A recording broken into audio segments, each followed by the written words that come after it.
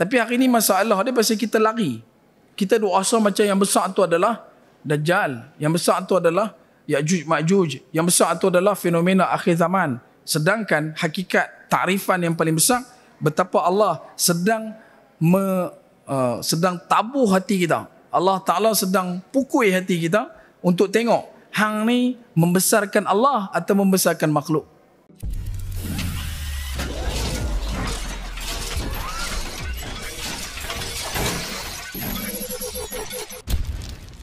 Wahdahu la syarika lah wa ashhadu wa nashhadu anna Muhammadan abduhu wa rasuluh la nabiyya ba'dah. Innal hamdalillah nahmaduhu wa nasta'inuhu wa nastaghfiruh wa min shururi anfusina wa min sayyiati a'malina man yahdihillahu fala mudilla lahu wa man yudlil fala hadiya lahu. Subhanaka la ilma lana illa ma 'allamtana innaka antal alimul hakim. وتب علينا يا مولانا إنك أنت التواب الرحيم.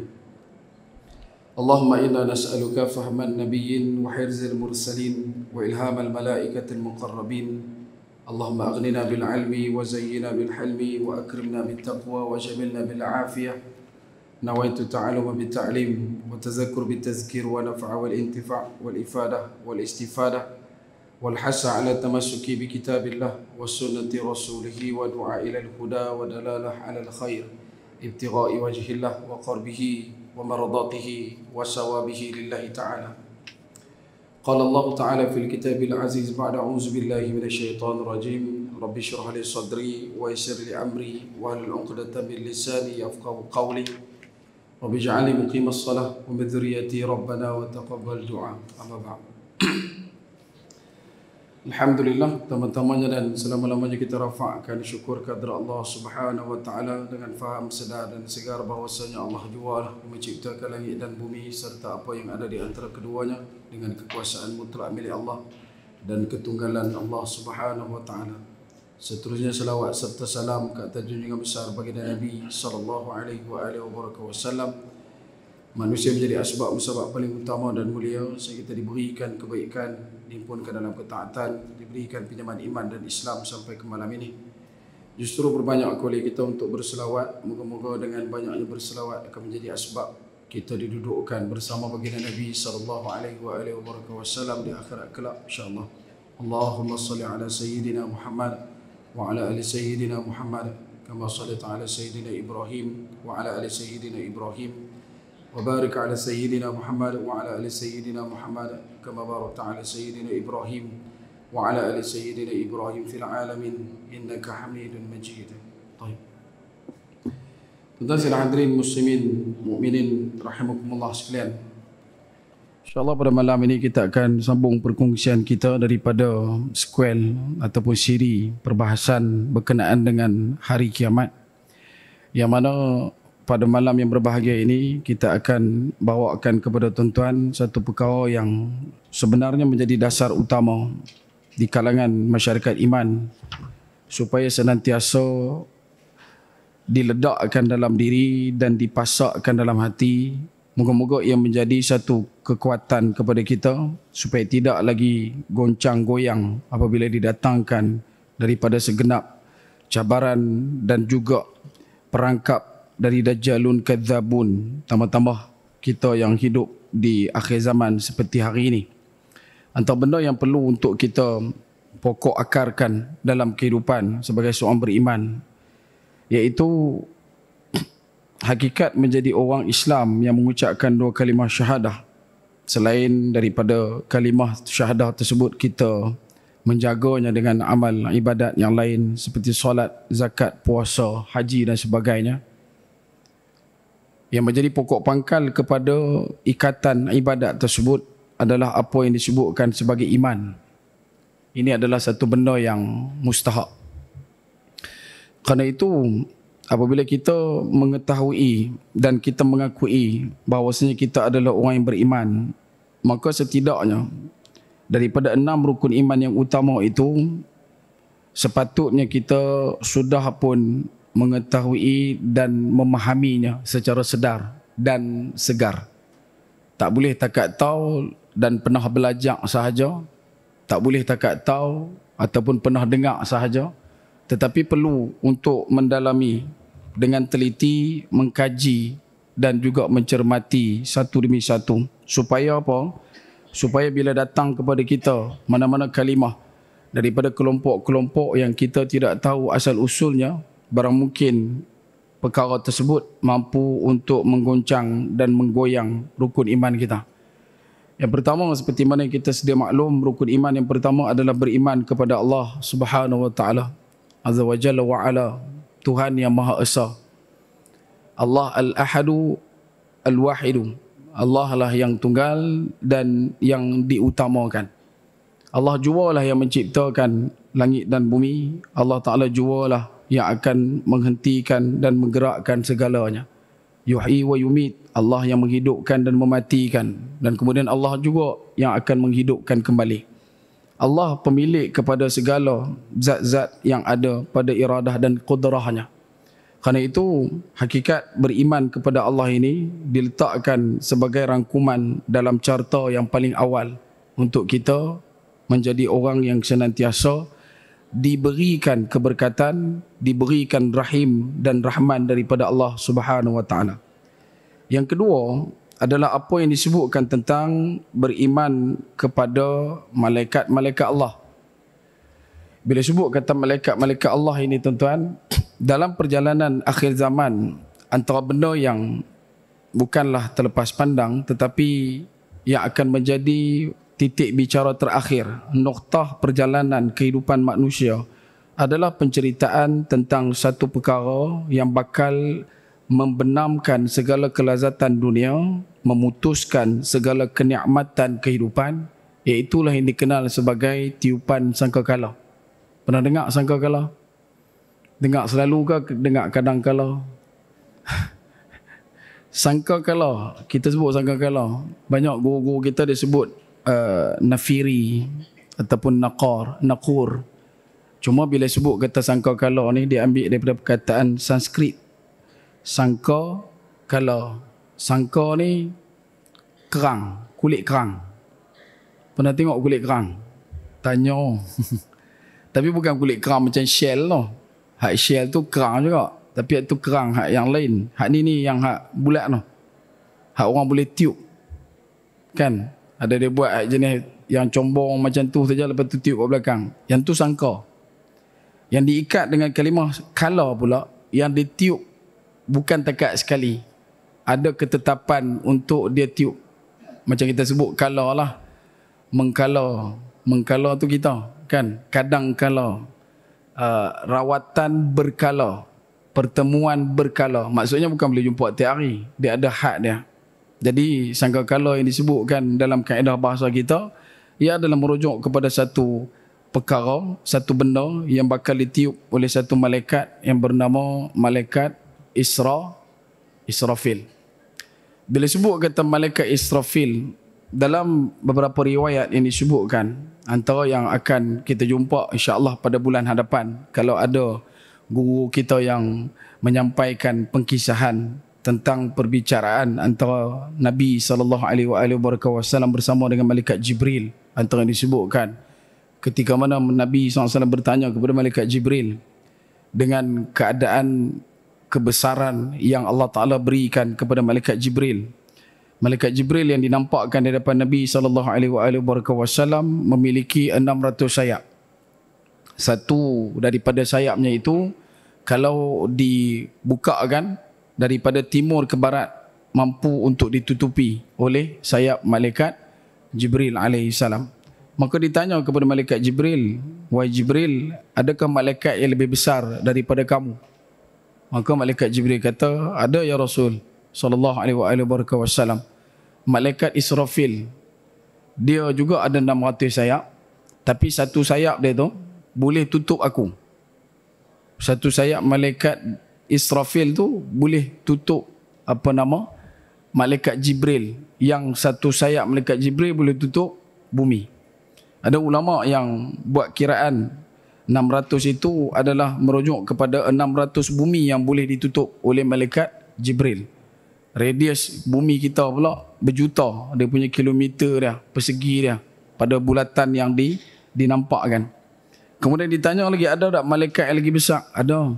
Malaikat yang besar adalah malaikat hamalatul arash. Malaikat yang memikul arash Allah Subhanahu wa taala. Dan mereka ketika mana memikul senantiasa membacakan doa daripada surah Al-Ghafir ayat yang ke-8. Tentu akan jumpa bagaimana ayatnya Allah Subhanahu wa taala sebutkan malaikat bermohon kepada Allah moga-moga dimasukkan ke dalam syurga kepada sesiapa yang dijanjikan. Termasuk di situ pasangannya, keluarganya, zuriat keturunannya, yang mana ia menjadi dalil betapa umat Islam yang beriman kepada Allah bila mana meninggal dunia, mereka boleh masuk ke dalam syurga bersama dengan isteri, anak-anak, keluarga, suami dan seluruh keturunan.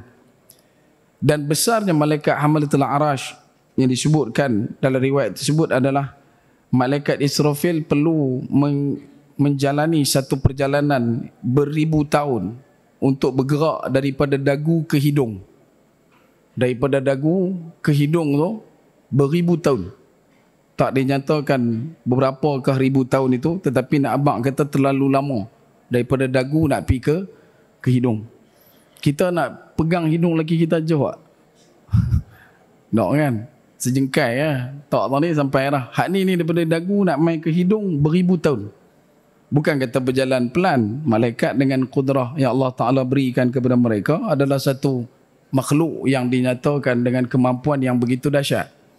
Sebab itu, apabila kita nak sebutkan pada malam ini, ada dua benda yang kita nak usaha untuk sampaikan. Yang pertama, mengambil satu kesempatan di atas perubahan tahun yang telah pun kita masuk pada bulan ini, iaitu bulan Jamadil Akhir. Tanda kurang lebih 60 hari, 67, 66 hari saja nak masuk bulan Ramadan. Kemudian kalau ikut dalam kalender Grigori, kita dah masuk tahun ke-24 untuk milenia yang ketiga, yang bermula daripada 1 Januari tahun 2001 dan akan berakhir pada 31 hari bulan Disember tahun 3000. Tak tahulah siapa hidup zaman tu. Tiang ni ikut tinggal. Kalau kata ada lah, kan? Makna kata kita dah duduk di milenia yang ketiga.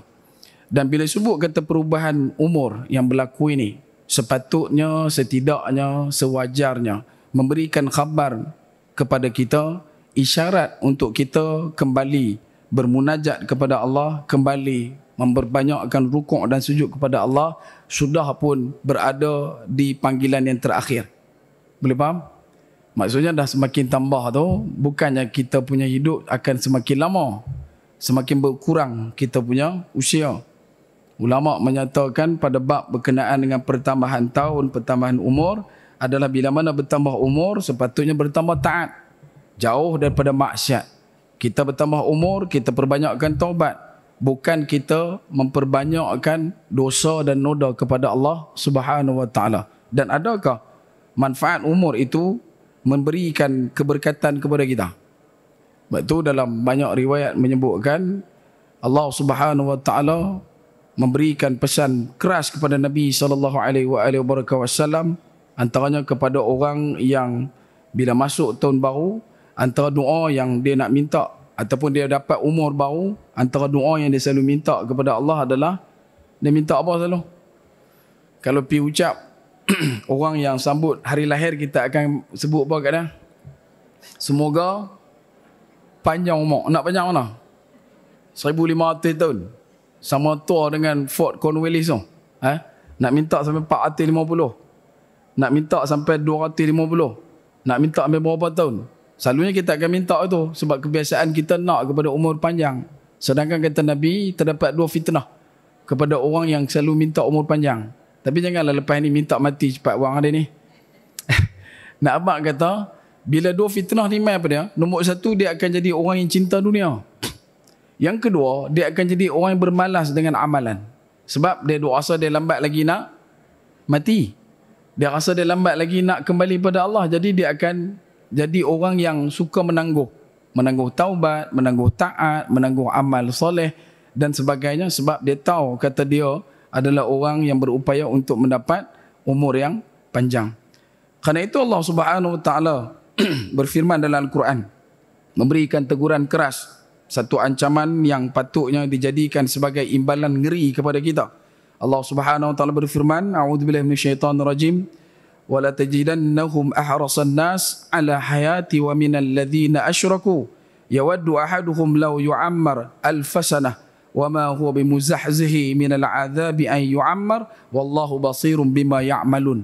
Kata Allah Subhanahu wa taala di dalam surah Al-Baqarah ayat yang ke-96, surah yang kedua, Allah Subhanahu wa taala menyatakan, demi sesungguhnya engkau wahai Muhammad sallallahu alaihi wasallam akan dapati mereka itu orang yang mana digelarkan sebagai ahrasan nas, setamak-tamak manusia, ala hayati, dalam kehidupan mereka yang lanjut usianya, wa minal ladzina asyraku, dan mereka itu suka kepada hidup, tamak kepada hidup melebihi daripada orang-orang yang kafir musyrik.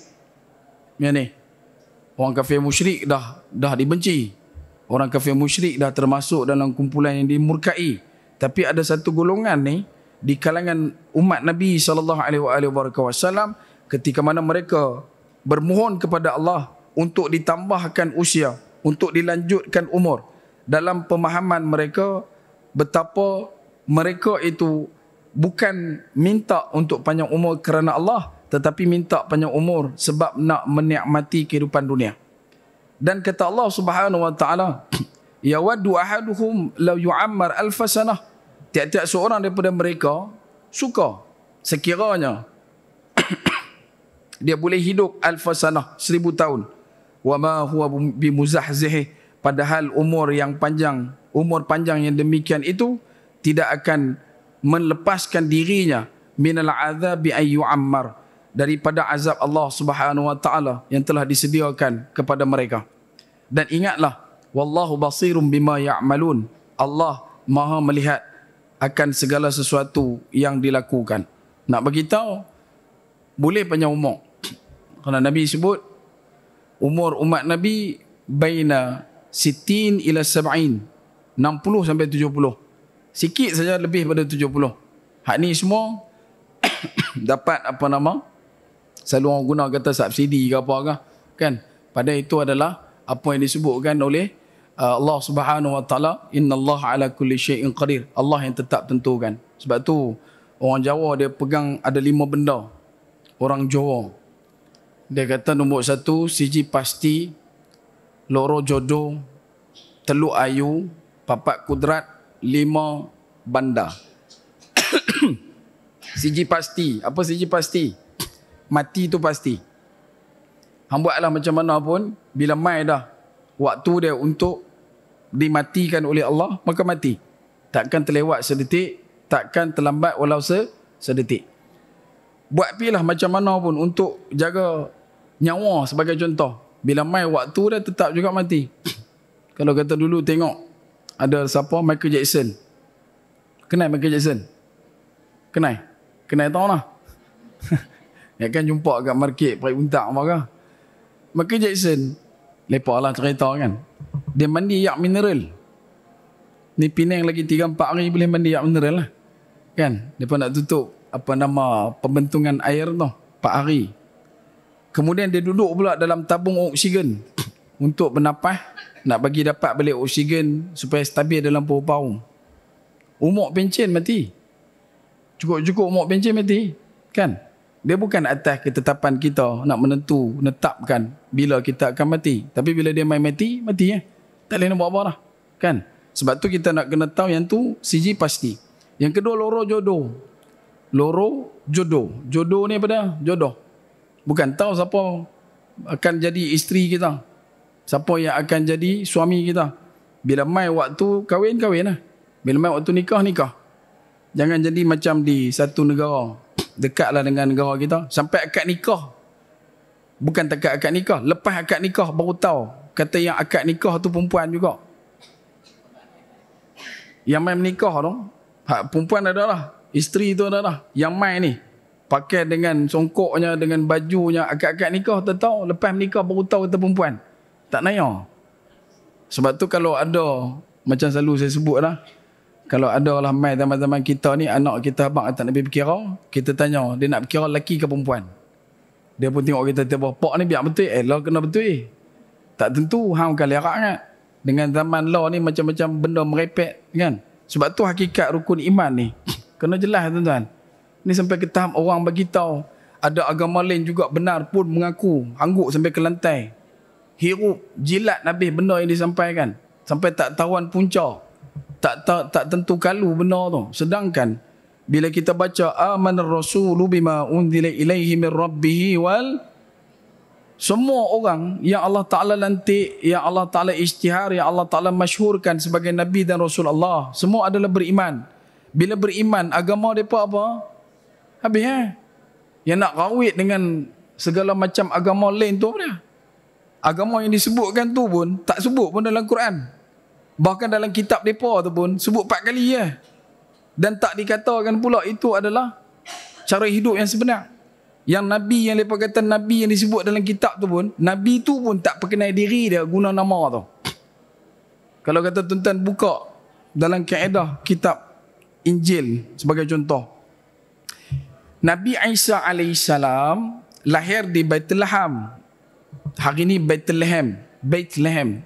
Kemudian zaman dia lahir, ada satu raja nama dia Maharaja Herod. Herod jugalah Maharaja tu pun. Nama dia Herod. Saya lah sebut Herod, tak tahu kot nama dia kot cakap KL Herod kan, tak tahu lah kan. Tapi nama dia Herod ni yang tak puas hati dengan Nabi Isa.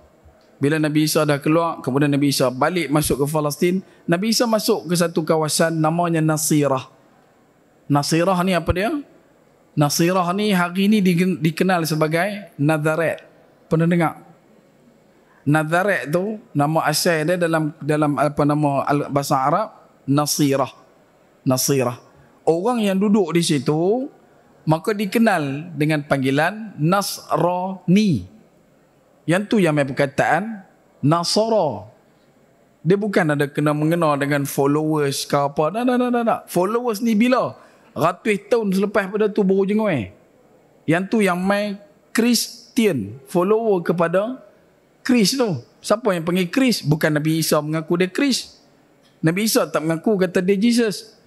Nabi Isa orang Bani Israel. Okey? Dia dilahirkan dalam kelompok Bani Israel. Dia boleh bercakap sejak daripada hari lahir. Waktu lahir tu, lepas dia dah lahir, sampai satu ketika Allah Ta'ala izinkan dia boleh bercakap. Sebab Nabi sebut dalam hadis, ada 2 orang saja bayi yang boleh bercakap ketika bayi, iaitu Nabi Isa dan juga budak lelaki, bayi lelaki di zaman Juraij. 2 orang ni bayi boleh bercakap. Jadi bila mana dia bercakap dengan penduduk di kawasan tempat dia lahir, di Palestin, yang mana orang Yahudi Bani Israel, agak-agak dia cakap guna bahasa apa? Dia cakap guna bahasa Yahudi lah. Yahudi guna bahasa apa? Hebrew. Ibrani. Yang kata Jesus tu pun bukan Nabi Isa panggil diri dia Jesus. Nabi Isa pun tak panggil diri dia Jesus. Dalam bahasa Ibrani ataupun surah ini dipanggil dengan panggilan Yeshua. Ini saya duk sebut selalu, duk ulang bagi tahu sebab dia nanti akan mai. Kita duk target lambat lagi, rupanya mai dah.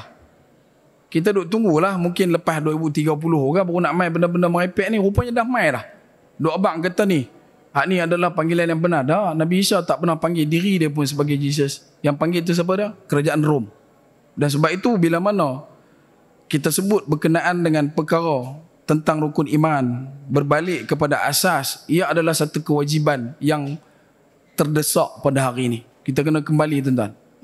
Sebab tu bila sebut berkenaan dengan umur kita yang telah pun dipanjangkan, bila mana Allah Ta'ala letakkan kematian itu adalah pasti, jodoh juga adalah benda yang telah tertulis di sisi Allah Subhanahu Wa Ta'ala. Yang ketiganya adalah ayu. Ayu ni apa dia? Pemberian. Pemberian ni apa benda yang kita dapat, tak kira lah darjat ke, pangkat ke, apa ke, yang tu juga adalah daripada Allah Subhanahu Wa Ta'ala. Yang keempat, kudrat. Kudrat ni apa dia? Sihat sakit kita. Tahun lepas boleh puasa. Ni lagi 60 hari ni harap-harap boleh puasa lah. Allahumma balighna Ramadan bisihah wal afiyah insya-Allah. Amin. Kita minta moga sempat selamat sampai bulan Ramadan. Dan selamatnya kita dalam bulan Ramadan nanti sama macam mana Ramadan yang lalu. dengan tenteramnya, dengan tenangnya, dengan sihatnya, tak ada kecelaruan, tak ada kekeliruan, insya-Allah. Dan tak ada siapa pun yang boleh nak menentukan Ramadan nanti confirm dia sihat. Betul tak betul? Sebab tu bila main dalam bab nak jaga kesihatan ni, satu sajalah nasihat saya, berpada-pada. Kalau kata pergi rumah orang jamu nasi itu makan bila meraihkan tuan rumah. Ni tak, tuan rumah bubuh nasi berani, Yusuf kelau, kita duk tolak pergi tepi. Tanya pasal apa? Saya 4 hari pula. Saya dah 4 tahun tak makan nasi. Han duduk mana? Amerika. Dah duduk bagan samak lah. Tapi tak makan nasi. Pasal dia duk jaga pasal nasi ni dia bagi kesan dekat badan. Pasal apa takut makan nasi ni? Makan nasi gemuk. Kan ada orang cakap lagu tu kan? Makan nasi takut gemuk. Betul tak betul? Tak betul. Gajah makan nasi tak? Pernah jumpa gajah kurui? Gajah haram tak makan nasi pun kurui. Apa ni, badan besar ni. Ikan paus pernah makan nasi. Kau sini ada belah ikan paus. Si ikan paus kan pi bubuh dalam almari ke apa ke, pi bagi nasi kat ikan paus. Gemuk ikan paus tu tak? Dia gemuk tak gemuk ke apa ke, Allah Ta'ala yang bagi. Dah bagi makan nasi tu, makanlah. Janganlah sampai ke tahap kita ni terlalu rigid dengan benda tu. Ada juga yang pi daftar nama masuk gymnasium. Bukan museum, gymnasium. Tahu gymnasium? Nak masuk gym tu, nak berjimba. Nak melompat sana, melompat sini. Tanya pasal apa? Kita kena exercise. Pasal ni badan kita ni semakin lama lemau. Dia nanti kalau tak exercise, kita punya badan nanti akan letih lah. Susah nak ibadat, gedebuk-gedebak. Lepas tu kena exercise untuk apa? Supaya kita lebih sihat, nanti boleh lama lagi hidup. Ada orang hisap rokok, habis hisap rokok, hisap pula. Duk hidup sampai lah. Ada yang tak hisap rokok pun dah kena cuci bawah pinggang. Kan? Tapi jangan duk kata lepas ni boleh hisap rokok pula. Adalah istidrah je dia tu. Kan? Cuma nak abang kata, bukan itu ketetapan dan ketentuan. Cuma kita berharap Allah Ta'ala berikanlah kebaikan sedaya mampu untuk kita hadap. Kalau kata dia pergi masuk kelab untuk berjoging ke apa ke, untuk jaga kesihatan. Tuan-tuan kalau tengok arnab. Arnab tiap-tiap hari melompat. Berapa lama arnab hidup? Pernah tanya arnab? Pernah tanya arnab berapa lama hidup? Arnab lompat hari-hari. Hidup berapa tahun? 9 tahun paling lama. Kuda. Hari-hari lari. Kuda. Sampai kereta pun nak buat kelajuan kena guna kuasa kuda. Pernah jumpa? Kereta kuasa kungkiak? Tak pernah jumpa. Kan? Pernah jumpa? Kereta kuasa mengkarung? Tak ada. Dia mesti guna kuasa kuda. Nak abang kata konsisten kuda ni, sampai dia tu lari, orang boleh kaji, orang boleh catat. Tapi sepantas-pantas kuda berlari pun, paling lama dia boleh hidup berapa tahun? 25 tahun. Monyet. Pernah tengok monyet? Hari-hari bergayut, lompat sana sini. Hak makan cabai, tak makan cabai, ada lah. Kan? Boleh hidup berapa lama? Dia boleh pi, kalau tak kena tembak dengan pilitan lah. Kalau kata dia boleh hidup, umur dia 40. Monyet lah, standard punya, puspako punya monyet. Tapi kalau tengok Kora ada lari. Kora ada lompat. Kora ada duk bergayut. Saya balik tengok, kemarin saya nampak Kora 4 ekor duk bergayut kat pokok kelapa sawit. Kalau ada tolong abang mai, saya nak buat konten. Kan? Kora tak bergayut, tak berlari, tak melompat, tak berenang tu dah lah. Kan? Cuma dia tak ada lah deras sangat. Hidup dia berapa lama boleh pergi? 150. Makan 2 helai kangkung pun 14 minit. 2 helai kangkung tu dia pepak, kita duduk tunggu tu 14 minit baru habis 2 helai kangkung. Boleh faham tak? Yang saya nak beritahu pada dia, asas ketentuan kudrat kita ditentukan oleh Allah. Maka bersangka baiklah pada Allah untuk kita dapat sangkaan terbaik kita sebagai makhluk. Dan kita boleh menjalani kehidupan tanpa ada tekanan yang nak beritahu kata, pasal apalah Tuhan duga aku begini dan begini, kenapa aku diberikan begitu dan begitu. Tidak. Allah kan dah jawab, la yukallifullahu nafsan illa usaha. Kita mesti akan boleh lepas dan kita akan pasti mampu untuk melaluinya, insya-Allah biiznillah. Yang terakhir adalah 5 bandar. 5 bandar ni apa dia?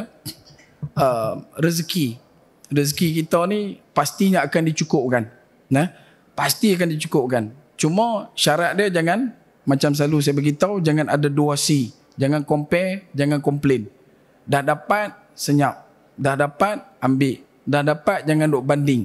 Sebab kalau kita dan mula banding, maka benda tu tadi takut-takut berubah daripada rezeki yang baik, bertukar menjadi nikmat yang bakal mendapat azab di sisi Allah Subhanahu Wa Taala. Sebab tu penting untuk kita mensyukuri nikmat umur. Moga-moga kita jadi orang yang bersangka baik kepada Allah. Tambahnya umur aku ni, ya Allah, rupanya nak bagi aku lagi tambah mengaji, tambah amal, tambah ibadat dan sebagainya. Orang Cina, masyarakat Cina lah, mereka penting umur panjang. Mereka rasa umur panjang ni mulia. Dia ada 3 benda kemuliaan bagi orang Cina. Satu, Xiu. Yang kedua, Hok. Yang ketiga, Lok. Xiu, Hok, Lok. Yang pertama, Xiu apa dia? Umur panjang. Umur panjang ni bagus. Umur panjang ni satu benda yang dikatakan sebagai mulia. Kalau hidup lama tu, baguslah tu. Yang keduanya adalah Hok. Hok apa dia? Harta mau banyak. Duit kena banyak. Dan yang ketiga, Lok apa dia? Mereka kena usaha untuk dapatkan kekuatan dan juga pentadbiran pemerintahan. 3 benda ni dapat, memang mereka punya kehidupan akan rasa lebih bahagia dan lebih mulia. Sebab tu kalau kata kita ni, bila diberikan umur, pada ganjaran yang perlu untuk kita hadapkan dan kita harapkan adalah perbahasan tentang masa. Allah Ta'ala bagi umur panjang ni, umur berkaitan dengan masa.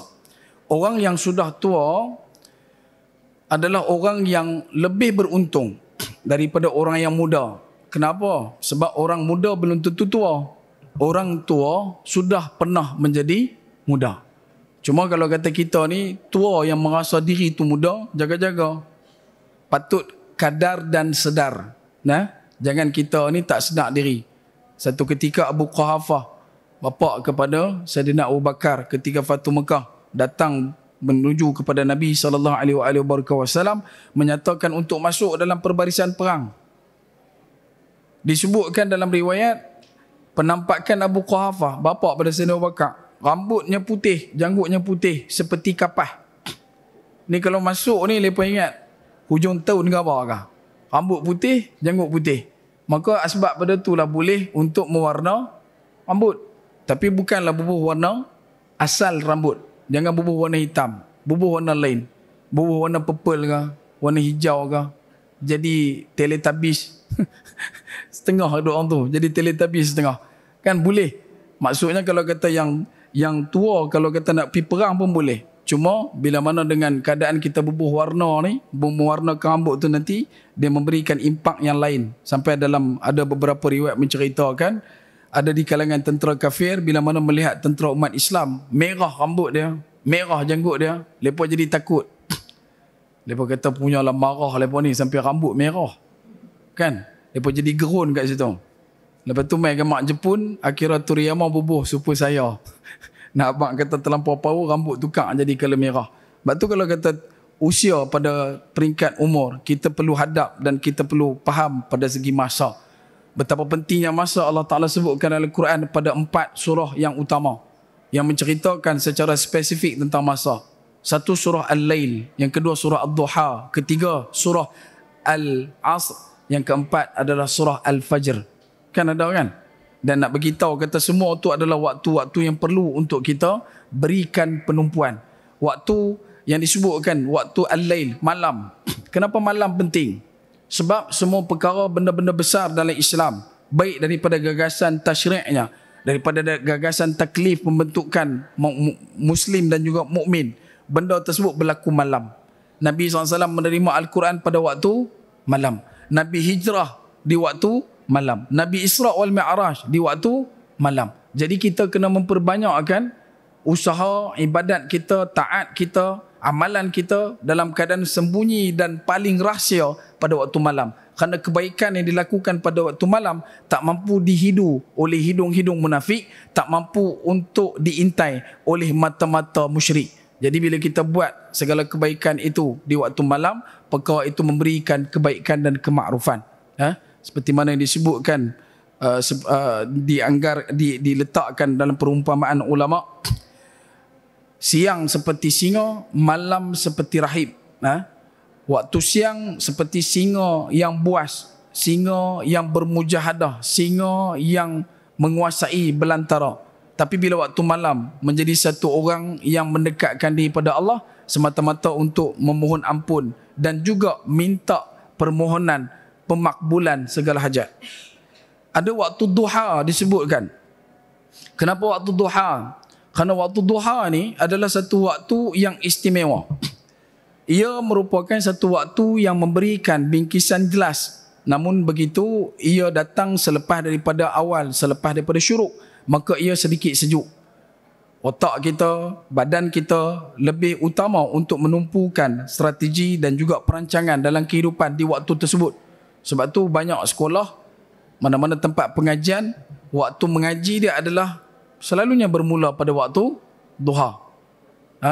Kita kalau kata ikut tu kena mula pada waktu duha. Bukan saya kata mengaji petang tu tak bagus. Silakanlah. Tapi mula mengaji itu pada waktu duha.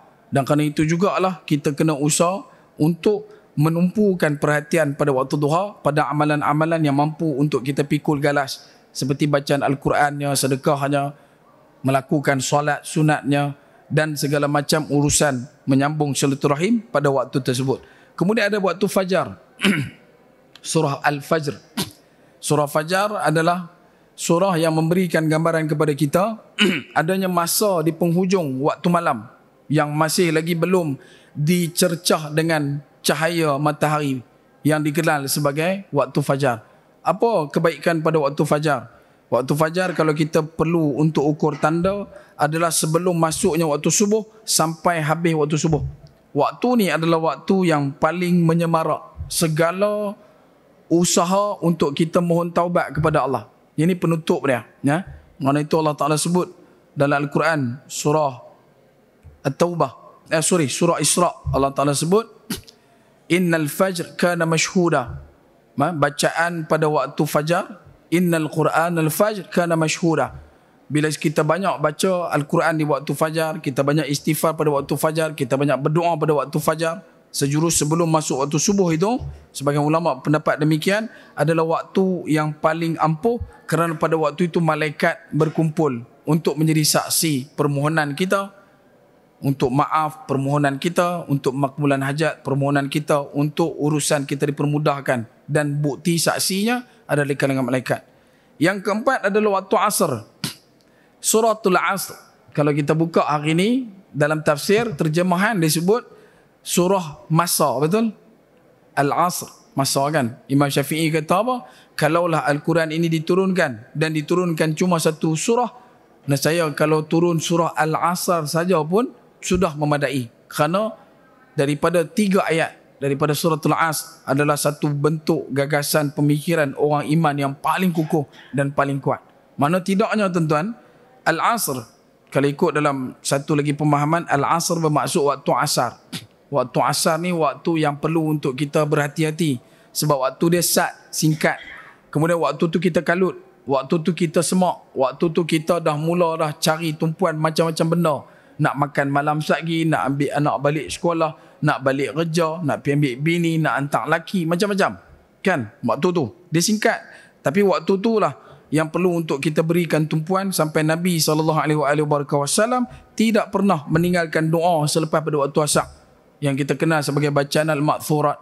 Dan kerana itu dalam surah Al-Asr Allah Ta'ala menyatakan betapa demi masa, merujuk kepada masa keseluruhan dan juga waktu asar, innal insana lafi khusr.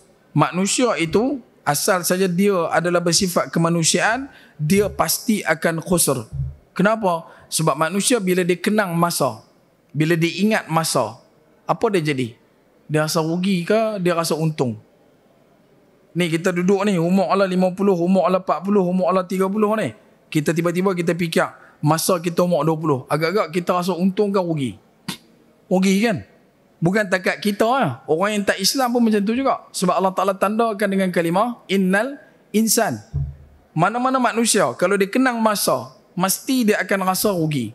Rugi aku itu, rugi aku ini, rugi aku tak beli, rugi aku pergi jual, rugi aku kahwin, rugi aku tak menikah. Macam-macam rugi. Tetapi kata Allah, illal ladzina amanu, kecuali orang beriman.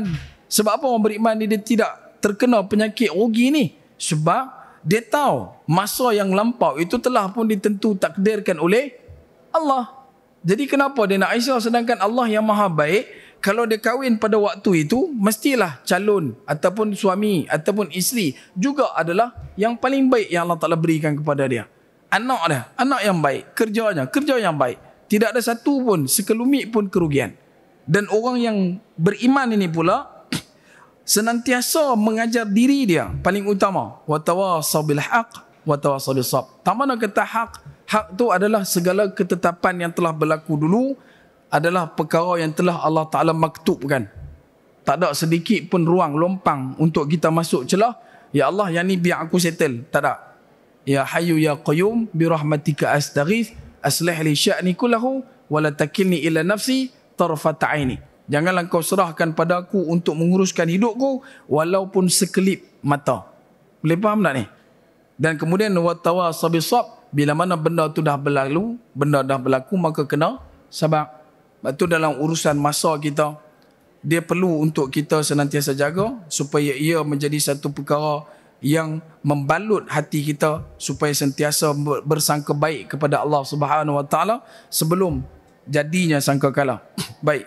Sebab tu ada beza pengurusan masa antara kita dan juga mana-mana orang bangsa yang lain. Kalau orang Arab dia kata al-waqtu kas-suyuf, masa ni macam pedang. Kalau kita tak potong dia, potong kita. Benjamin Franklin dia sebut time is gold. Masa itu adalah emas. Kalau bahasa Melayu pun sama juga. Masa itu adalah emas. Orang Cina, dia kalau seorang-seorang, dia akan kipas. Beza dia. Orang Cina kalau duduk seorang-seorang, dia suka kipas. Betul tak betul? Kan dia suka kipas. Kalau duduk 2 orang, dia suka berjudi. Kalau duduk 3 orang, dia suka menega. Orang putih, kalau dia duduk seorang, dia suka membaca. Kalau duduk 2 orang, dia suka mengembara. Dia pilih mana-mana berjalan. Kadang-kadang duduk jumpa sana, jumpa sini, mai ke negara kita. Kalau 3 orang, dia akan jajah negara tu. Itu perangai orang putih. Orang Melayu dia lain. Orang Melayu kalau dia seorang, dia tidur. Seorang-seorang dia tidur. Tak ada apa dia nak buat, dia duduk runah kapek masjid, tentu lena lagu tu. Tak payah duduk pergi tepuk pungkok pun lena dah. Tak payah duduk kacang ketot belakang pun dia lena dah. Kalau duduk seorang. Selalunya aku tu lah. Kalau duduk 2 orang, dia mengumpat. Ini orang Melayu. Kan? Jangan marah orang Melayu. Saya orang Melayu juga. Buat perhimpunan pula. Bantah dia ni. Duk kata kat Melayu pula kan. Kalau dia 3 orang, kenuri. Kalau duduk 3 orang, dia kenuri. Kan? Kalau ada 3 orang, dia buat kenuri. Dia taklah nama kenuri sangat. Tapi dia panggil berkelah. Di pantai yang indah. Kan? Dan cukup 3 orang. Esok bawa lok esok bawa lok makan ramai 3 orang. Yang itulah. Asal ada apa yang kenuri. Apa nama masuk rumah, kenuri. Keluar rumah, kenuri. Nikah, kenuri. Tak ada menikah, kenuri. Tunang, kenuri. Tak ada tunang, kenuri. Semua kenuri. Kan? Sebab tu masa untuk kita uruskan adalah senantiasa perlu kembali kepada Allah yang menciptakan masa. Sebab itu bila sebut tentang perkara yang berkaitan hakikat perubahan umur dan juga usia, perlu untuk kita fahamkan daripada segenap penjuru dan juga segi betapa Allah yang maha seni, Allah yang maha halus mentadbir dan mengurus alam ini, memberikan kepada kita satu jangkauan untuk kita menjemput ketenteraman dalam diri.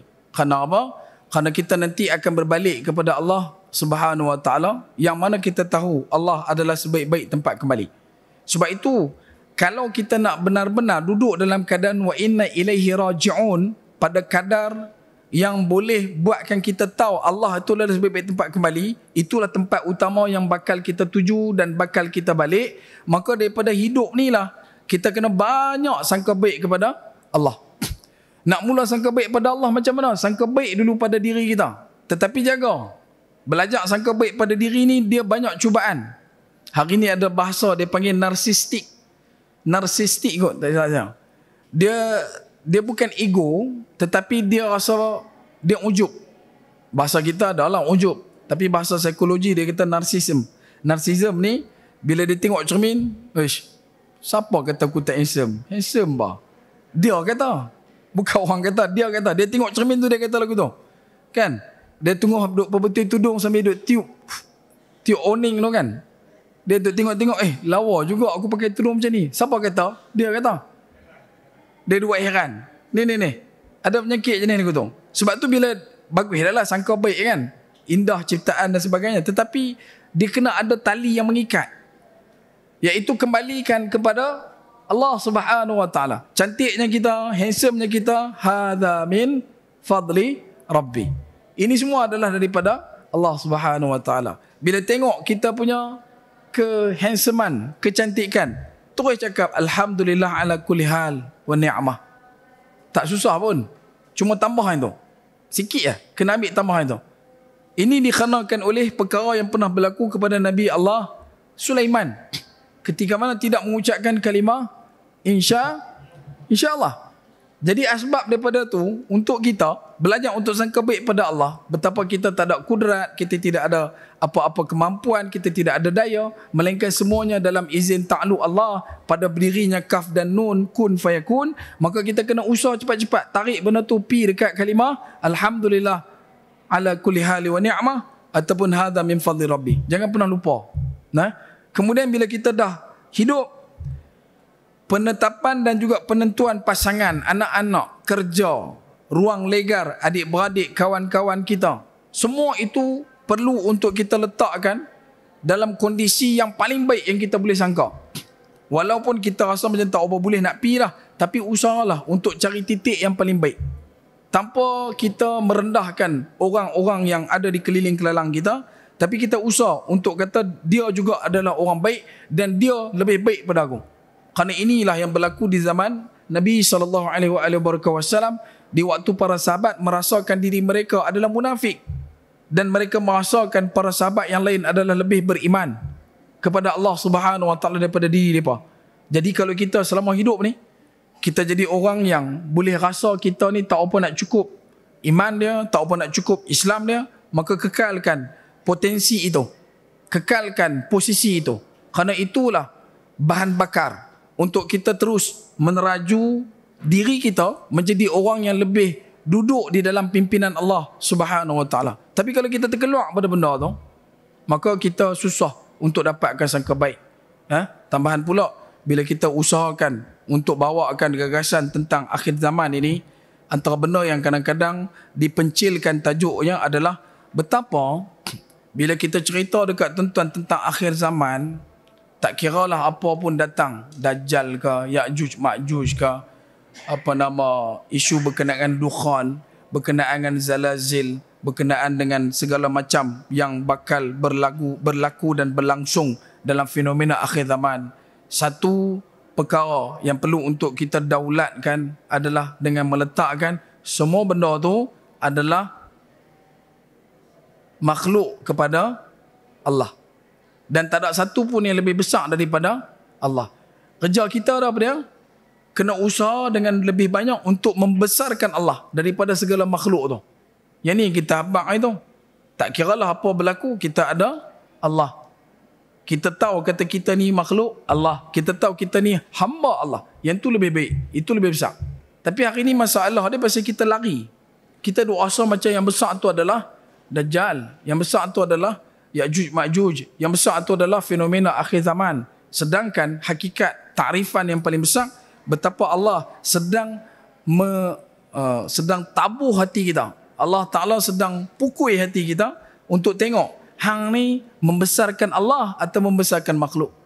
Sebab tu kita kena cari jalan untuk letakkan diri kita bagaimana nak membesarkan Allah dalam situasi, fenomena dan juga suasana akhir zaman ini.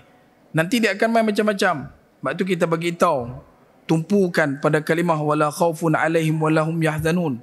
Kalaulah kita ni boleh, satu orang yang Allah Ta'ala berikan satu kebaikan, boleh hidup lama dengan amal, boleh hidup lama dengan keberkatan, boleh hidup lama dengan kemakrufan, alhamdulillah. Yang kita takutnya, lagi lama kita hidup, kita lagi juah dan kita bongkak. Lagi lama kita hidup, kita jadi orang yang lebih ego. Kita jadi orang yang menolak ketentuan dan ketetapan Allah Subhanahu Wa Taala. Ada orang yang hidup sepanjang zaman dia, sampailah dekat-dekat dengan hujung usia, tiba-tiba dia kalih pi ke tempat maksiat. Ada. Dengan sangkanya, dengan fahamnya, pahalanya sudah banyak. Aku kalau nak ukur pahala aku berlambak lah. Ni takat aku curi muktan 2 biji ni tak jadi apa. Ni ada, jangan ada lah belah-belah sini. Cuma takut ada orang pikir lagu tu. Takkan curi muktan nak boleh settle. Tak boleh settle kot. Pahala aku banyak dah. Tak. Dia bukan kira macam tu. Dia yang penting kali adalah kita kembali kepada Allah dalam keadaan kita senantiasa berada pada kedudukan diredai oleh Allah Subhanahu Wa Taala. Semalam ada satu imam meninggal dunia dalam sujud. Makmum belakang angkat kepala tengok. Kan, kemudian naik ganti dia. Nak mati dalam keadaan sujud, maka masa hidup pun kena banyak sujud lah. Jangan masa hidup banyak duk pi tempat-tempat yang bukan ada kaitan dengan sujud. Duk jadi ahli konsert, ashabul Coldplay. Kan? Duk pi masuk kelompok-kelompok yang banyak bermaksiat. Bukan kita habaq yang pi konsert tu semua masuk neraka, tak. Ketetapan konsistensi dalam kehidupan tu. Ada setengah orang tak apalah, nanti sampai masa aku baliklah pi ke masjid, aku baliklah pi ke surau. Bila masa tu? Kalau sempat. Kalau tak sempat. Kan? Ada orang tanya, cuba kamu bayang, kamu buat amal ibadat, rupa-rupanya di akhirat kelak tak ada syurga neraka. Yalah, kalau tak ada syurga neraka, aku tak ada masalah. Tapi kalau ada, boleh faham tak? Yang ni situasi yang kadang-kadang menjerat umat Islam pada akhir zaman. Sehingga kan, bila ada orang beritahu dekat kita, mereka, orang yang beriman kepada Allah dulu, tidak beragama Islam, pun ada orang percaya. Dan ada orang setuju. Dan ada orang mengaku, dan tidak ada siapa pun yang membentak pemahaman seperti itu. Sedangkan ia adalah muncung-muncung dan tanduk-tanduk kepada liberalisme dan juga pluralisme secara nyata lagi jelas. Sebab tu kita duk sebut dalam pengukuhan akidah kepada semua orang, tak kiralah yang baru memeluk Islam ataupun yang sudah lama memeluk Islam, kembali berpegang pada Quran. Usahakan untuk kita ni boleh tahu zalikal kitabul la raiba fi itu sebagai apa dan sekadar apa. Bila mana kita letakkan Quran sebagai neraca timbang untuk segala benda yang dikatakan kebenaran atas dunia, dan kita kena tahu juga Quranlah satu-satunya dan Quran sahajalah kitab yang diturunkan daripada Allah Subhanahu Wa Taala kepada Nabi Muhammad SAW yang paling benar dan lebih utama yang benar. Bila sebut yang paling benar, masih lagi ada isu perbandingan dengan kitab-kitab lain. Nombor satu yang kita nak kena tahu, hazaf dulu semua-semua kitab tu. Jangan ada duk mengaku kata kitab-kitab ni juga benar, kitab-kitab ni juga benar. Tak ada. Sebab kita duduk dalam masyarakat umat. Kalau kita duduk dalam bab perbandingan agama dengan orang yang beragama lain, silakan. Tapi kalau balik kepada masyarakat Islam yang sudah pun hadam, yang sudah pun faham tentang Quran dan juga hadis, maka kita kena tahu dan kita kena pegang Quran lah satu tu je. Tak ada kitab lain lah. Kalaupun ada orang beritahu dekat kita ni Taurat pun ada, kita beritahu dah itu. Kitab Taurat berada pada satu fasa tidak ada dah di zaman tu. Kerana dibakar habis. Kecuali selepas daripada Uzair kembali dihidupkan oleh Allah setelah 100 tahun dimatikan oleh Allah Subhanahu Wa Taala. Begitu juga dengan pengkhisahan Ashabul Kahfi dan sebagainya. Tak diselit muatkan dalam kitab Taurat ataupun Injil yang disebutkan dalam versi mereka sebagai Bible dan sebagainya. Tapi hanya disebutkan dalam Quran dengan jelas memberitahukan 300 tambah 9 tahun beserta dengan pengkhisahan gua tersebut, dan benda tu cuma ada dalam Quran. Sebab itu hakikat yang paling besar, hakikat yang paling awal sebagai kita umat Islam untuk meletakkan dan juga membesarkan sangka baik kepada Allah, betapa Allah sayang dekat kita sampai ke tahap untuk kita hidup dan untuk kita mati, Allah dah bagi dah dia punya garis pandu. Cuma tinggal lagi kita kena follow dan kita kena copy paste dalam kehidupan. Tinggal itu ya. Bukan nak kena buat apa pun. Ada siapa sini yang kena pi mengembara, pi cari kitab Injil yang paling benar? Tak balik lagi. Ada sini yang pi cari kitab Taurat yang paling benar. Bila awak balik mai tengok, dia kata tengok tulisan dalam bahasa Rom. Nabi Isa bukan cakap Rom. Nabi Isa cakap dengan orang Yahudi menggunakan bahasa orang Yahudi. Iaitu sama ada dua yang kita sebutkan tadi, Ibrani ataupun Suryani. Tiba-tiba kita tak ambil benda yang dalam Quran, pi ambil benda tu pula dijadikan sebagai dalil utama. Ini adalah satu kekeliruan dan kecelaruan yang merosakkan masyarakat. Sebab tu kena kembali balik kepada Quran tak kiralah apa-apa pun tanpa merendahkan pendapat daripada mana-mana orang yang menyatakan perkara tersebut. Tetapi apa yang kita nak sampaikan adalah kembali kepada Al-Quran, kembali kepada sunnah, kembali kepada ijma' qiyas dan juga amalan para ulama' terdahulu, supaya kita boleh tahu pemahaman para ulama', pemahaman para tabi'in, golongan salafus soleh ini adalah lebih tepat dan lebih mendekat kepada Nabi SAW. Ada juga bagi tahu, dia kata dia ambil Quran dengan hadis saja, hak lain dia tak mau. Hang kena Quran dengan hadis mai kat mana? Saya tahu buat job meniram, belajar daripada orang pertama yang tulis. Habis tu mak hang buat, yang tu tak percaya. Tok hang buat, tu tak percaya. Saya kira tu hak Tok Nyang saya buat dulu tu. Hang jumpa bila? Tak jumpa bila, saya jumpa dalam Google. Asal tak nak ketuk kepala, tak ketuk kepala. Boleh faham tak? Boleh faham tak benda ni? Sebab tu tambahlah lagi pelik kalau ada orang beritahu kata satu orang yang mana beriman kepada Allah itu adalah tergolong dalam golongan agama selain pada Islam. Ini adalah satu kesilapan dalam memahami lah. Dan jangan kita terulang kesilapan tersebut. Kerana itu dalam ruang yang terakhir ini tuan-tuan, bila kita sebutkan sangkakala, berita gembira untuk kita adalah tiupan sangkakala ini cuma ditiup 2 kali. Dan kali pertama mematikan, kali kedua adalah untuk menghidupkan, memberikan khabar kepada kita bahawasanya makhluk yang akan mati terakhir antaranya adalah malaikat Israfil dan beberapa lagi malaikat-malaikat yang ditentukan, liman sya'a, yang telah Allah Ta'ala tentu takdirkan yang akan mati dikarenakan tiupan ni ramai. Semua makhluk, segala jin, binatang, manusia yang tak beriman. Orang beriman dah mati berah. Jadi pengalaman kiamat akhir menuju kepada fenomena sangkakala yang ditiup itu tidak dirasai sedikit pun oleh orang yang beriman. Alhamdulillah. Kita tak kena. Tapi kita kena apa? Kita dah dimatikan seorang demi seorang melalui angin lembut yang menyapa. Maka dekat sini timbul perbahasan di kalangan orang beriman yang bagaimanakah yang akan meninggal dunia. Orang beriman yang pada waktu itu benar-benar mempercayai kepada ketuhanan Allah Subhanahu Wa Taala. Yang pada waktu itu mungkin galang ganti tinggal amalan yang cuma menyebut kalimah Allah, Allah, Allah. Mereka inilah yang akan meninggal dunia. Cuma yang amat merisaukan, takut apa? Ketika mana angin itu datang menyapa, seorang demi seorang gugur, mati di depan mata. Kita pun menantikan waktu untuk kembali pada Allah. Bila angin tu sampai, kita tak mati. Wala'iyadzubillah. Hak tu yang kita risau. Kan? Kena main angin dah lepas kita dah, tak mati. Orang belakang semua mati habis. Hak tu buah naya. Kan? Jenuh lari kita. Sebab tu kena minta pada Allah Subhanahu Wa Taala. Moga-moga Allah Subhanahu Wa Taala matikan kita dalam keadaan husnul khatimah. Wala takhtima alaina Allah bisu'il khatimah. Moga jangan dimatikan dalam keadaan yang su'. Bila mana dah berlaku segala macam fenomena yang terakhir ini, maka akan dikumpulkan kembali manusia. Beda waktu masanya selepas tiupan sampai kepada tiupan pertama yang mematikan sampai tiupan yang membangunkan. Dalam riwayat disebutkan 40 tahun. 40 tahun itu pada anggaran kira akhirat, bukan dunia. Kalau akhirat satu hari bersamaan 1000 tahun dunia, kalau 40 tahun pecah kalkulator kira. Biji semua ada atas siling tu. Pak. Kita lama juga nak tunggu kan? Tapi tidak bagi orang beriman. Orang beriman tak lama mana. Sebab dia tak ada risau berkenaan lama tu. Sebab hakikat orang yang iman ni, kan lama kan macam susah sikit kan. Bila kita tunggu lama ni asal macam semua tunggu lama, beratuk lama, makan lama, semua lama macam susah.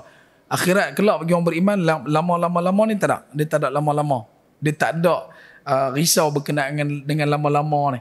Bagi dia, Allah Ta'ala akan mempermudahkan. Bahkan daripada awal masuk dalam kubur, yang kita rasakan kesukaran, kesempitan, segala macam kecelaruan dan juga keserabutan dalam alam al-maqabir, bagi orang beriman, mereka telah diangkat segala benda tu. Fitnah kubur itu diangkat.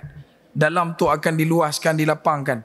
Dan dia tak rasa pun tentang kematian itu menghentam hati dia tak. Bahkan dia akan minta supaya yang hidup tu cepat-cepat mati. Kerana dalam kubur tu lagi sempoi. Dalam kubur tu lagi seronok, dalam kubur tu lagi bahagia. Dan yang terakhir itu juga nak memberikan khabar maklum kepada kita. Ini adalah perkara yang bukan jarang lah. Sebab kadang-kadang ada orang dia akan masuk dalam bab akhir zaman ni, dia buka berkenaan dengan Dajjal, kemudian dia akan cerita Ya'juj Ma'juj, Nabi Isa, Al-Mahdi apa semua ni kan. Tapi saya ambil sedikit ruang untuk malam ni kita masuk pada bab sangkakala tertulis, sebab kadang-kadang takut tak sampai. Baru cerita pasal Ya'juj Ma'juj, tak tahu ustaz pun tak ada dah, ruyuk mah kan. Jadi kita settlekan hak Allah itu dulu. Nak abang itu tanda yang terakhir yang akan berlaku, tapi tak ada kaitan dengan orang beriman. InsyaAllah tak ada kaitan dengan kita. Maksud tak ada kaitan tu, tidak ada orang yang beriman hidup pada waktu akhir sangkakala ditiup. Cuma sebelum tu ada. Yang mana sebelum tu nanti kita akan bawakan kepada tuan-tuan kronologi perjalanannya dan juga pergerakan perkara tersebut daripada gempa bumi, tanah runtuh di 3 wilayah yang menguasai di kawasan-kawasan tertentu yang telah ditanda sebutkan oleh Nabi SAW, perbahasan Ya'juj Ma'juj, Al-Mahdi, Nabi Isa AS, dan barulah kita akan tutup dengan dukhan dan juga kembali kepada angin lembut yang meniup, yang mematikan, insya-Allah. Jadi moga-moga takat itu dulu perkongsian. Mohon maaf masa tuan-tuan, terima kasih atas perhatian. Kalau ada kebaikan mohon tolong sebar-lebarkan, kalau ada keburukan mohon tolong jauhkan. Bak kata pepatah, sedap makan dikunyah-kunyah, sedap kata diulang-ulang. Akhir kalam, sekecil-kecil ikan pasti ada isinya, sebesar-besar ikan pasti ada tulangnya. Mohon maaf atas kekurangan audio pada malam ni, sebab dia jadi Ramli Sarip Ustaz. Tak tahu pasal apa, pasal duk bancuh simen kot kan. Kita duk main panas banyak, dia jadi suara tak apa nak lekat. Tapi ala kulli hal, alhamdulillah dapat juga bertemu dengan tuan-tuan pada malam ini. Moga-moga Allah Subhanahu wa taala pertemukan balik kita di dalam syurga Allah Subhanahu wa taala, insya-Allah. أقول قولي هذا واستغفر الله العظيم ولكم ولسائر المسلمين والمسلمات والمؤمنين والمؤمنات فاستغفروه فيفوز المستغفرين. والسلام عليكم ورحمة الله وبركاته والله تعالى أعلم.